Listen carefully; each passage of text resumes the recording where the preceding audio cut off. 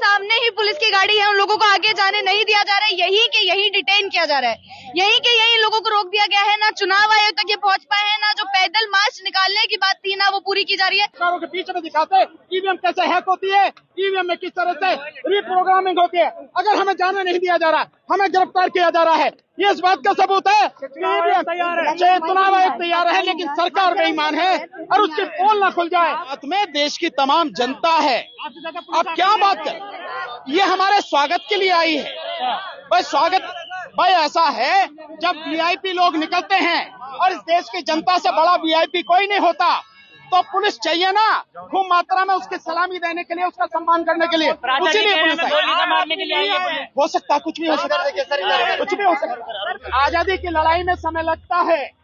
जो आजादी का आंदोलन था सैकड़ों साल तक चला, लेकिन उसके बाद देश को आजादी मिली, लाखों लोगों ने कुर्बानी दी।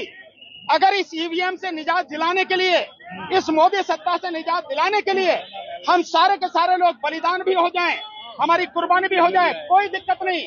और भी अगर कुछ समय लग जाए कोई दिक्कत नहीं, लेकिन इस देश को बचाना जरूरी है, इस देश के संविधान को बचाना जरूरी है, इस देश के लोकतंत्र को बचाना जरूरी है, और सबसे ज्यादा इस देश की जनता को, हमारी जो पीढ़ी है आने वाली, उसके भविष्य को, अपनी औलाद को बचाना जरूरी है। इसलिए लड़ाई चले। राहुल गांधी भाग दौड़ रहे हैं। आप एक मिनट, कितना सपोर्ट मिल रहा है इसका उदाहरण बता देता हूँ।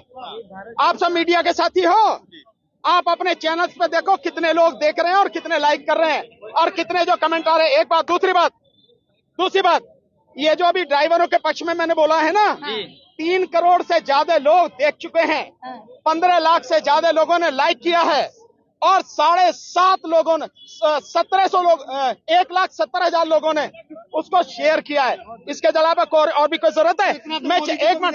यस, इतना मैं चैलेंज कर रहा हूँ आज की तारीख में, अगर इतने लोग मोदी जी को देखते हो, मोदी जी को लाइक करते हो, कमेंट करते हो, तो मैं हमेशा के लिए राजनीति छोड़ दूंगा। 20 लाख सब्सक्राइबर है सर। मेरा सब्सक्राइबर से क्या होता है? कोई भी देश का नागरिक जो संविधान पसंद करता है, बाबा साहब डॉक्टर भीमराव अम्बेडकर के संविधान को चाहता है, वो ईवीएम के खिलाफ होगा, वो हमें सपोर्ट नहीं करेगा, ईवीएम का विरोध करेगा, पेपर बैलेट को सपोर्ट करेगा। हमारी सपोर्ट न सपोर्ट की कोई बात। हजारों पार्टियां देश में, कितनी आपके साथ में आई हैं? मैंने आपको बताया ना, ये लड़ाई हमारी है ही नहीं, ये जनता की लड़ाई है। जनता के साथ हर एक पॉलिटिकल पार्टी है। बीजेपी ने खुद इसका विरोध किया है ईवीएम का। हालांकि बीजेपी और आरएसएस तो आप समझ सकते हैं संविधान के कितने बड़े विरोधी हैं, उन्होंने भी इसका विरोध किया है। इसमें एक भी पॉलिटिकल पार्टी देश की ऐसी नहीं है जो ईवीएम की समर्थक हो, ये मैं आपको कह सकता हूँ। लेकिन एमपी एमएलए सर उनको ही बनते हैं ना, उनको जरूरत पड़ेगी सबसे पहले तो ईवीएम हटाने के लिए। मैं आपको यही बता रहा हूँ ना, एमपी एमएलए ईवीएम के बनते हैं, उनके नहीं। आज अडवाणी जी को एक तरीके से साइडलाइन कर दिया। 3 चीफ मिनिस्टर्स क्यों चुप होकर घर में बैठ गए? बीजेपी के जो एक्स चीफ मिनिस्टर्स थे, वसुंधरा राजे सिंधिया, शिवराज सिंह चौहान, रमन सिंह, क्यों? क्योंकि मोदी जी ने बताया तुम्हारी वजह से तो एक वोट नहीं मिला, सब वोट तो मैं ईवीएम से लाया हूं, तुम कौन हो? इसीलिए कान पकड़ के उनका बाहर कर दिया और वो कुछ नहीं कह पा रहे। पुलिस आपको जाने नहीं दे रही इलेक्शन कमीशन तक, तो इसीलिए जिस तरीके से इलेक्शन कमीशन को बंदी बना रखा है, उसी तरीके से हमें भी बंदी बनाने की कोशिश कर रहे हैं। लेकिन हम दबने वाले नहीं है, हम बंदी बनने वाले नहीं है। हम इलेक्शन कमीशन को भी पुलिस के, अमित शाह साहब के दबाव से आजाद कराने आए। कुछ लोग कहते हैं कि मनुस्मृति है ईवीएम। अब ईवीएम तो पढ़ी नहीं जा रही, क्या होगी ये मुझे पता नहीं। कोई पढ़ के तो बता दे ईवीएम है क्या, यही तो मुद्दा है। ईवीएम के अंदर क्या है कोई नहीं बता पा रहा, यही तो सबसे बड़ा मुद्दा है। सुप्रीम कोर्ट चुनाव आयोग कह रहा है कि आप सबूत दीजिए, पहले नोटिस भेजे जाएंगे सभी। सबूत लेने ही तो जा रहे हैं हम। इलेक्शन कमीशन जो चैलेंज कर रहा है बार बार के इसको हैक करके दिखाइए, हैक तो जब करेंगे जब हाथ में देंगे नहीं, और हैक करके दिखाइए।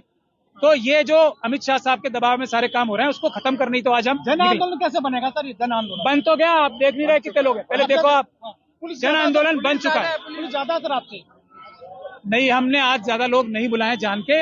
आपको पता है हमने कोई फॉर्मल इन्विटेशन भी नहीं दिया है। हमने सिर्फ आह्वान किया था, लोग जो चाहते हैं हमारे साथ आके 50-50 मशीनें लेने, वो आए। ये इसीलिए लोग आए हैं। हम कोई अगर इसको ऑर्गेनाइज करके करते तो यहाँ हजारों लोग भी हो सकते थे। हम नहीं चाहते, क्योंकि हम दुनिया को दिखाना चाहते हैं। पहले हम लोग सीए एनआरसी के प्रोटेस्ट करने वाले हैं। हम ऐलान कर रहे हैं यहाँ पे, उससे भी बड़ा सीए एनआरसी से बड़ा प्रोटेस्ट होगा ईवीएम के लिए, ये मैं ऐलान कर रहा हूँ। लेकिन हम लोग देश में व्यवस्था बनाए रखना चाहते हैं, हम देश की शांति भंग नहीं करना चाहते, हम आरएसएस और बीजेपी को मौका नहीं देना चाहते। हम पूरी दुनिया को दिखा देना चाहते हैं कि हम कितने शांतिपूर्ण ढंग से, हम कितने बर्दाश्त से, सब्र से काम कर रहे थे। लेकिन जब देश बचाने की बात आएगी तो हम रुकेंगे नहीं। हम शांतिपूर्ण ढंग से, जैसे CA/NRC के प्रोटेस्ट हुए थे, किसान आंदोलन हुआ था, कल ट्रांसपोर्ट का आंदोलन आपने देखा, उससे भी बड़ा आंदोलन होने जा रहा है। मैं और भानु जी और हमारे सारे मुट्ठी भर साथी ये आज ऐलान कर रहे हैं, हमने लोगों को रोका हुआ है अभी, नहीं तो लोग कितने सड़कों पे आएंगे। आप जो डिबेट्स कर रहे हैं उसमें आप अपने कमेंट्स उठा के देख लीजिए लोगों के, जो लोग हम लोग डिबेट्स में आ रहे हैं उसमें से 100 कमेंट्स हम लोगों के फेवर में होते हैं, 1 कमेंट को EVM के फेवर में होता है। आप जरा जाके देख लीजिए। क्या माना जाए 2024 चुनाव से पहले EVM बंद हो पाएगी? जनता चाहेगी तो 100% बंद होगी, और जो जनता चाह रही है आप लोगों के सामने है। पुलिस की ये मौजूदगी यहाँ पे दिखा रही है कि पुलिस भी जानती है कि EVM धोखा है और किसी तरीके से हमारी आवाज दबानी। वोट तो पुलिस वालों की भी लूट रही, वोट तो पुलिस वालों की भी लूट रही है। इस देश के हर वोटर की वोट लूट रही है। दुनिया का कोई भी देश ऐसा नहीं है जिसमें बैलेट पेपर से चुनाव ना होता। कोई देश ऐसा नहीं है। भारत में भी हमेशा से चुनाव बैलेट पेपर से ही होता है। आज भी लोकल बॉडी के चुनाव बैलेट पेपर से होते हैं। विपक्ष क्यों नहीं उठा पा रहा है? विपक्ष उठा तो रही है। विपक्ष ने तो चिट्ठियां लिख दी, विपक्ष ने इतने बड़े बड़े प्रेस कॉन्फ्रेंसेस कर दी। विपक्ष से क्या उम्मीद करते हो? देश की जनता, आंदोलन शुरू हो गया ना। विपक्ष से बड़ी जो ऑर्गेनाइजेशन है, देश की सबसे बड़ी जो संस्था है, जो भारत की जनता है, उसने आंदोलन शुरू कर दिया है।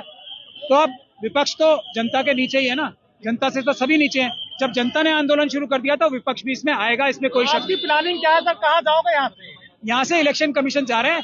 उन्होंने हमें उम्मीद है कि हमारे लिए मशीनें तैयार रखी हुई हैं, इसीलिए पुलिस हमें रोकना चाहती है।